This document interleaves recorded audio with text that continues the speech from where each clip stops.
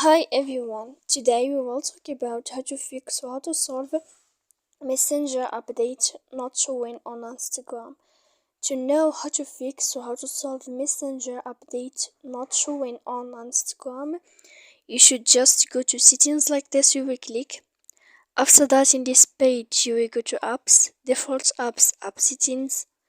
When you will see this list, you will go down to find the application of Messenger here. Then in this page you will then in this page you will go to force stop. After that you will enter to storage. When you will see this page you will click clear cache, then you will go to click clear data, and after all that, when you will end this, you can turn off your phone.